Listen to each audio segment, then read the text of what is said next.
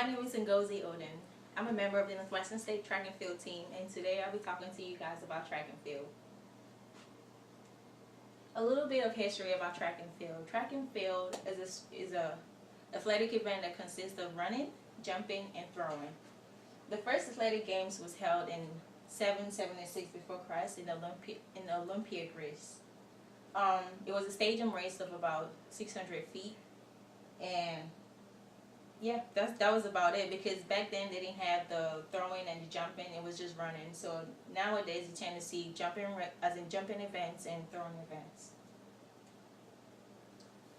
Just like the NFL, you have the Super Bowl. The ultimate game is the Super Bowl, and just like the soccer, you have the ultimate game as the FIFA World Cup. And in track and field, we have two. We have the IAAF World Championships, and we have the Olympic Games that everybody knows about. The IAAF World Championship was founded 18th September 1976, and the first one was held in Sweden, and the Olympic Games was held in 776 before Christ, and the first one was in Olympia, Greece, where it gets its name from, Olympics, Olympia. There are two seasons of track and field: the indoor season and the track season.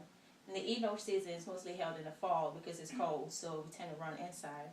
And the outdoor season, we're mostly found outside. Here is a logo of the IAAF athletics logo and the Olympic ring. The IAAF athletics occurs every 2 years, and this year is in Moscow, Russia, and it's going to be in August. And the 2016 Olympics, the Olympics happens every 4 years, and the next one is going to be in 2016 in Rio, Brazil. This track and field has, the track part is the running events, and the field is the jumping and the throwing. In the track events, we have starting from the 50 meters all the way through to the 1600 meters. We also have the hurdles, and we also have the 4x1 relays.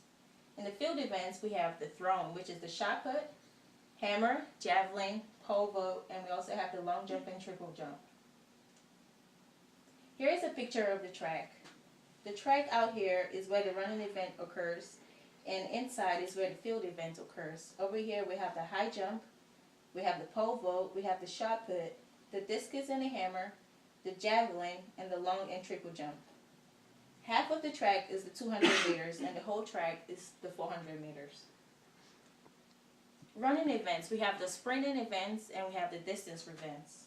The sprinting events starts from the 50 meters to the 400 meters because it's shorter.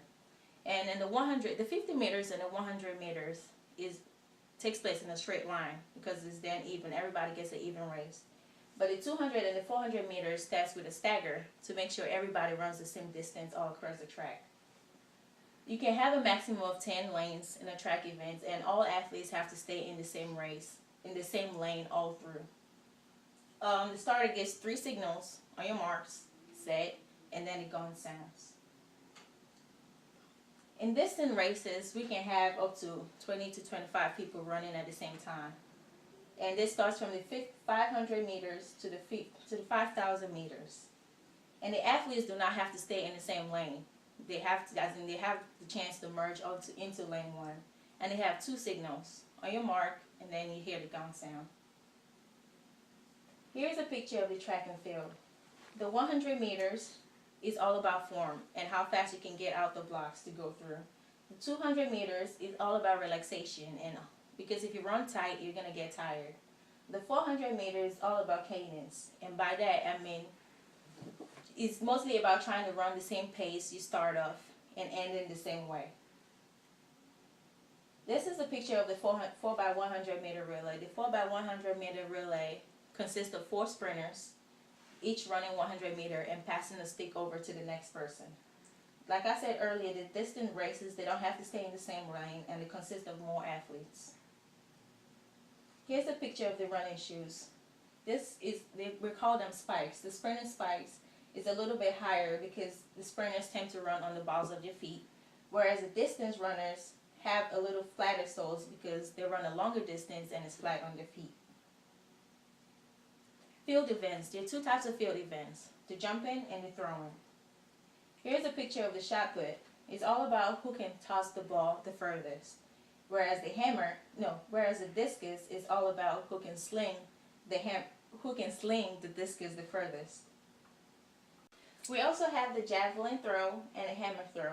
The javelin throw is about who can throw the javelin the furthest, whereas the hammer throw is all about who can toss the hammer the furthest. In the field events, we also have the jumps. We have the long jump and the triple jump. The jumpers run through a straight way, and all jump off the same board to see who can jump into the sand the furthest. We have the high jump and the pole vault. The difference between the high jump and the pole vault is that in high jump, the jumpers sprint and jump over the pole, whereas the pole vault, the jumpers have a stick to help them propel up over the pole. And here are the shoes that are used by field events, by field athletes. So this shoe is used for the long jump and the triple jump. You can see it's much thicker over here because they need the support to push them off the ground. And over here, we have the shot put, discus, and hammer shoes because they need a flat surface in order to spin around and toss the object.